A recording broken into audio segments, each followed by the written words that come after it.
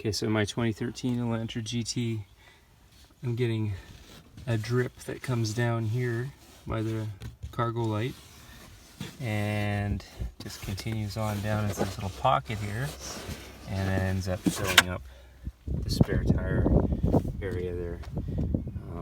So checked, pulled all my lights off, right, and cleaned all in here, because sometimes if you don't have good drainage, that'll cause a leak, back the water up. But in this case, it seems that with these glass roofs, that they develop cracks back here in a weak piece of plastic. So you need to remove this piece here,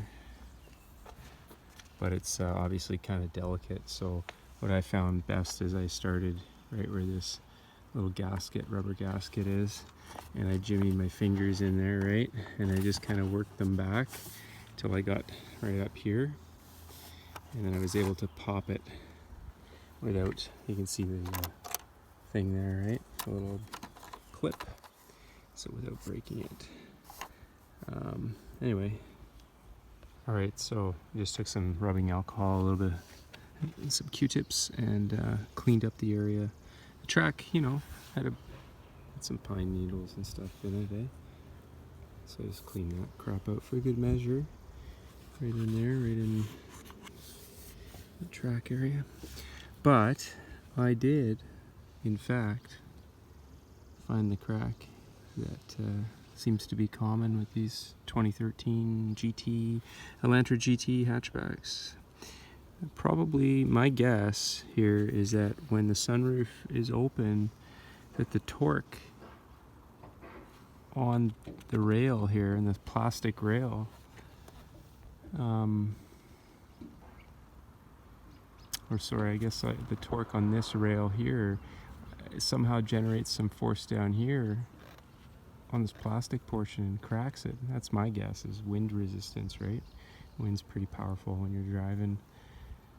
Maybe the flex, and then it gives here and breaks. But anyway, now we got a crack here to deal with.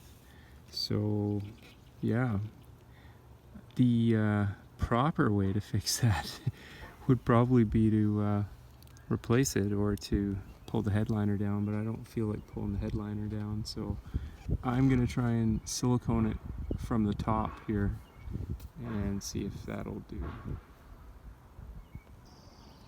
So I used some, I was gonna use some silicone, and then it's like, you know what, I'm just gonna use some epoxy instead.